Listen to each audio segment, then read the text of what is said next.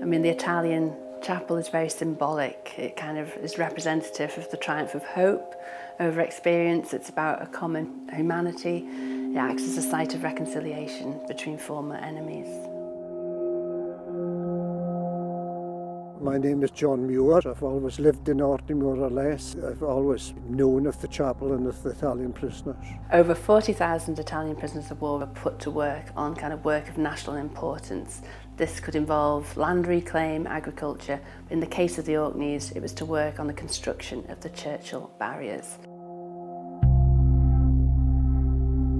October 1939, very soon after the war started, a German submarine came into the Sound here, surfaced just out here in the water, went into Scapa Flow and sunk the Royal Oak.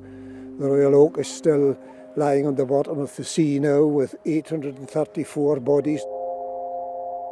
Churchill decided that more of the entrances into Scapa Flow had to be made absolutely secure so that such a tragedy again couldn't be repeated.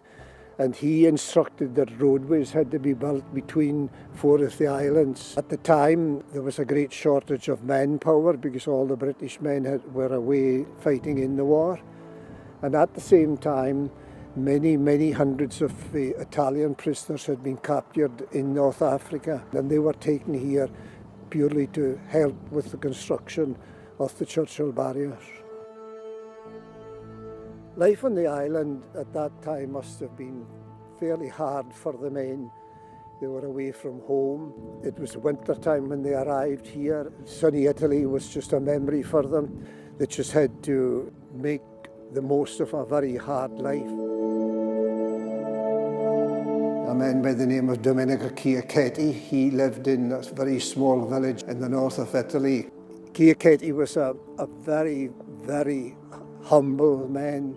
He would have been a man that I think other prisoners would have looked up to. Amongst the Italian prisoners of war who were based in the Orkneys, there was a group who were keen to do something of a more artistic or creative nature. Domenico Chiacchetti approached the commandant with a request that he provide them with a Nissen hut that they could use as a chapel.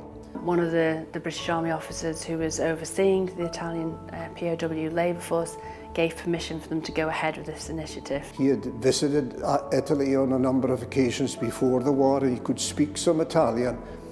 He obliged and he actually gave them 2 Nissen huts. You can see now the intricate paintwork that Chiacchetti did in the chapel here. He was a very peaceful man, and you can see some of the elements of his idea of peace with the Christ child holding the olive branch. This cherub on the right-hand side is putting its short sword back into its sheath. We have the dove of peace on the ceiling. Different tradesmen, stonemasons, blacksmiths, electricians, they all helped Chiacchetti with the interior decoration of the chapel. The wonderful wrought iron work that was done by the Palumbi, the blacksmith. Palumbi had to build his own forge. He had no forge. He made his forge out of 2 empty tar drums. And when he left Orkney, he left, you can see on the floor here, a little metal heart. And he said that he left his heart in Orkney. Immediately after the war, it was neglected. The door was hanging off its hinges and the sheep were going out and in. It was almost demolished indeed when the rest of the camp was demolished, and had it not been for the foreman of the demolition squad, who was a local man, he just said there was no way that he was going to be responsible for demolishing this. Otherwise it would have gone with the rest of the camp. The friendship between the local people and the descendants of the prisoners is still ongoing.